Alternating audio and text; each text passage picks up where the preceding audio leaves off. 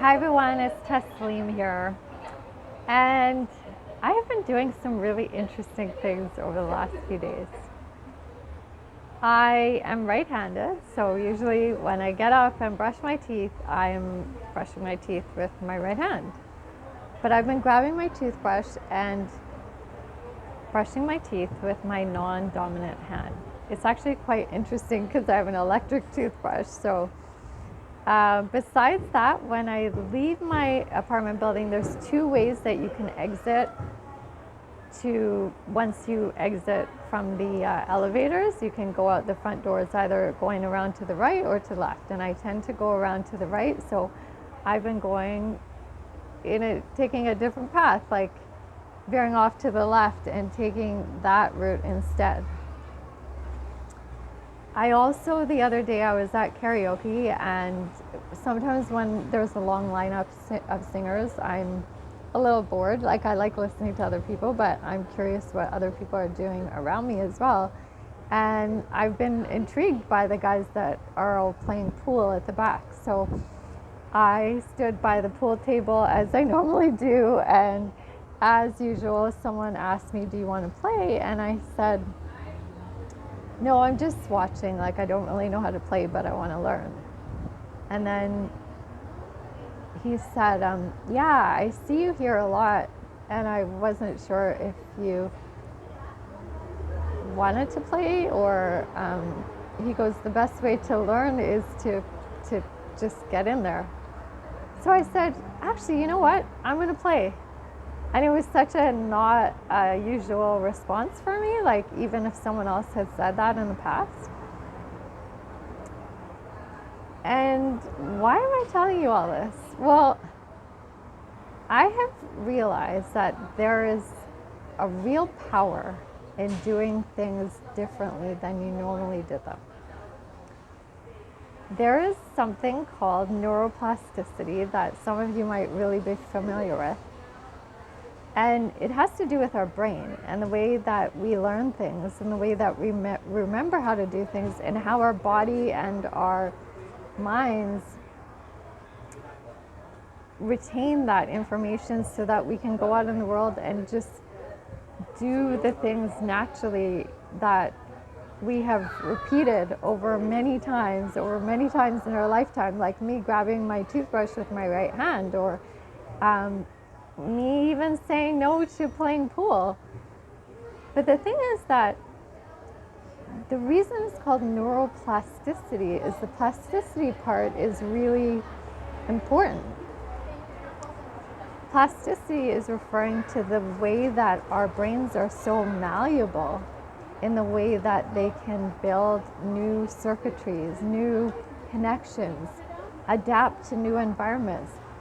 And a long time ago, people thought that the neurons that we build earlier in life are the ones that we have, and that's it. Like, you don't build anymore. And now it's come to a lot of people's knowledge that actually it's the opposite, that our brain is fascinating because we can actually build new connections, new pathways, if we teach our brain, if we teach our bodies what we want to learn and develop. And you know, even not that long ago, people thought that learning a new language was more difficult as an adult, but actually they say now that if you put time and effort into it and you are understanding this idea of neuroplasticity, you can actually learn languages at a way later age than most people think. I think this is amazing for our sense of self, for our own health, and especially if you have gone through any condition that has kind of caused you to not remember something, how to do something. Like, especially if you have had a stroke, or even if you have something like dyslexia. Like, actually, neuroplasticity can help you retrain your brain to put together the connections that you weren't able to make before. And it can help you put together, rewire your brain to connect what you have lost. Like if you're having trouble walking or speaking or something like that from a stroke or some sort of brain condition, there is so much evidence out there of how this can actually change. But the thing is that you have to believe that it can change or have at least some hope enough to try it, to try to do this rewiring. And it's hard sometimes to think like, okay, what do I need to do this? Like, I feel like in my situation with what I've gone through with MS and stuff, my left side of my body is actually acting as if it has gone through a stroke. So I'm like struggling to walk, and you know, it's interesting because we never really thought about walking as we were getting, you know, as we were going through childhood and stuff. It just builds in us, quote unquote, naturally, and those neurons fire together the more that we get up and take that next step and keep going. And so I never really had to think about it, and you never really had to think about it, you know, depending on your situation. But most people don't need to think about how to walk and how to take that next step and how to develop their walking or their speaking. It comes with gradual connections, with gradual, you know, firing of that neuron or those neurons that build that capacity for you to speak to other people and listen and learn anything really. And you know, I'm not going to pretend to know the whole science behind it. Some of you out there might actually know more about it than I do. But I realized that it's kind of a good thing for me, because it's good that I didn't need to think about neuroplasticity when I was growing up and learning different things, learning how to write, learning how to communicate with other people. And especially, I wasn't thinking about it when I was dancing. So, you might know what's coming next. One of the best ways to build neuroplasticity is to dance. Because movement is, especially something like dance, we are purposely coordinating the left and right sides of our bodies, which is also reminding our left and right sides of our brain to work together. And that is firing up the circuits. Like, I feel like probably dancing has helped me not feel so weird about brushing my teeth with my left hand, because my body's like, oh, I've done something like this before, like where I've used the left side of this body or this hand or this arm for something else.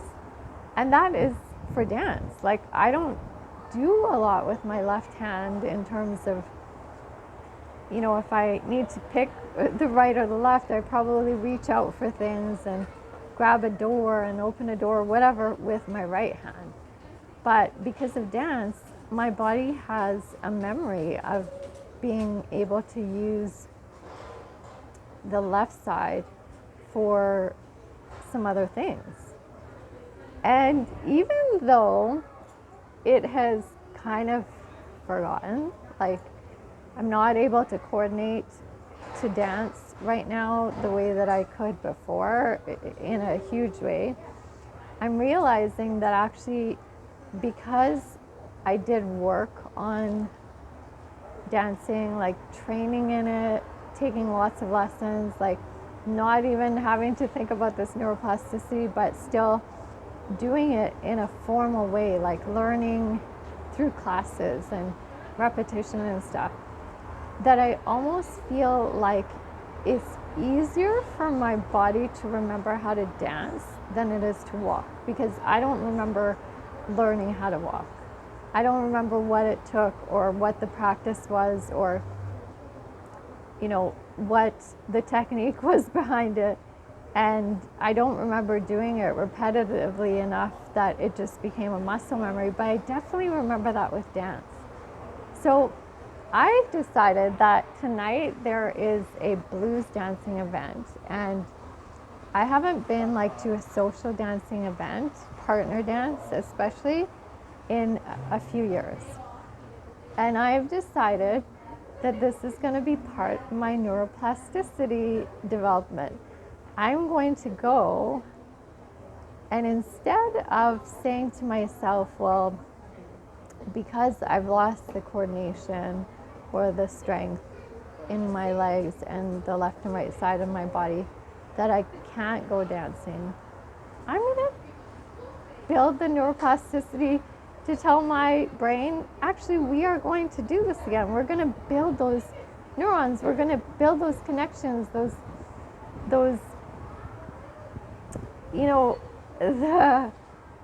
the reminder that the left and right sides of our body can move with music and with a partner, and that it's okay if I do it stumbling and as if this is the very first time that I've done this before, because I believe, because I understand, I know that neuroplasticity is a real thing, that the more I do this, the more I'm going to fire up those circuits that are like, oh yeah, it's coming back to me.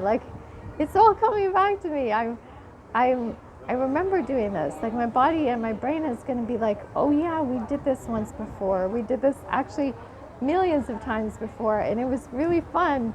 And let's keep doing it. And so tonight is going to be my day of comeback to a little bit more official dance event. I'm not going to be tied to any particular outcome.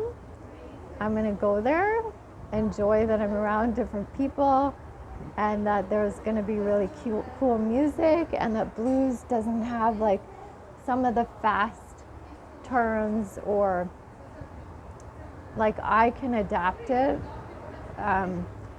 It doesn't have to be as sharp, and it's a little bit more grounded, and I can be in socks. So if I am having any issues with dance shoes and my feet and what do I wear now to keep my legs strong and connected, and that's a whole other issue, but I get to wear socks because that's something that blues dancers can not only get away with, but sometimes actually helps a lot more. So I will let you know how it all goes. In the meantime, think about neuroplasticity. You can rewire these connections in your brain for things that you thought that you forgot, or you never thought that you could learn. You can. You just would need to practice. Build some sort of consistent practice so that your body starts saying, oh, this is interesting. I kind of like this movement. We've never done this before. Start with brushing your teeth with your non-dominant hand, the one that you normally wouldn't work with, or write with your non-dominant hand, or get out of bed on the side of the bed that you wouldn't normally get out of. It could be as simple as that, but mostly go out and dance and let your right and left sides of your brain keep connecting, keep rewiring together to remind your left and right side of your body that we are meant to work both sides together. So thank you all for listening, and I will talk to you all soon.